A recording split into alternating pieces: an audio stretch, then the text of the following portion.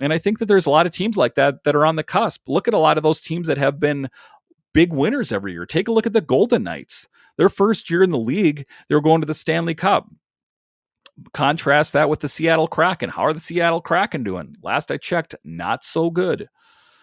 Kind of the same, similar rules out there. So sometimes it's, biblical in proportion. The first is the last and the last is the first. You never really know from year to year. But the one thing I'll say about the Washington Capitals is they have been pretty much perennial winners.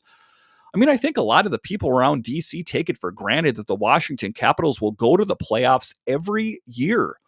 Why don't you go talk to the Coyotes about that?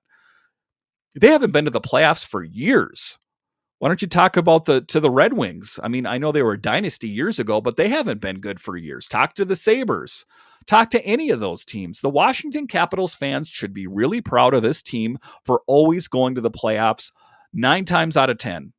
I can't tell you the last time they didn't make it to the playoffs. I talked about that in a previous podcast. It was either with Reardon or Adam Oates. I don't remember off the top of my head. But there's only one year that comes to mind that they didn't make it to the playoffs.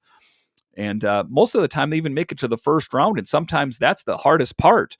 So the Washington Capitals fan base in general, I really hope they go far in the Stanley Cup and maybe win a Stanley Cup this year. But be proud of this team for even making it to the playoffs, period.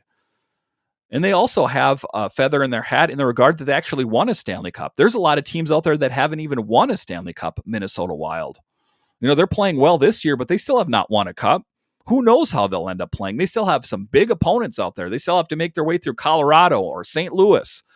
The road ahead for a lot of teams is going to be tough, and it's going to be tough for the Capitals as well. But it's all about team toughness. And there were things that were established tonight that I think are a great sign for this team. It was team tough. The offense was going. The goaltending, which has been inconsistent most of the year, had really stepped up. Ilya Samsonov played pretty well, I got to say. Let's be proud of this team. Let's not be doom and gloom about this team that makes it to the playoffs most every year and won a Stanley Cup just several years ago. Hats off to you, Washington Capitals, and I think... Your Locked On Capitals, your daily podcast on the Washington Capitals. Part of the Locked On Podcast Network, your team every day.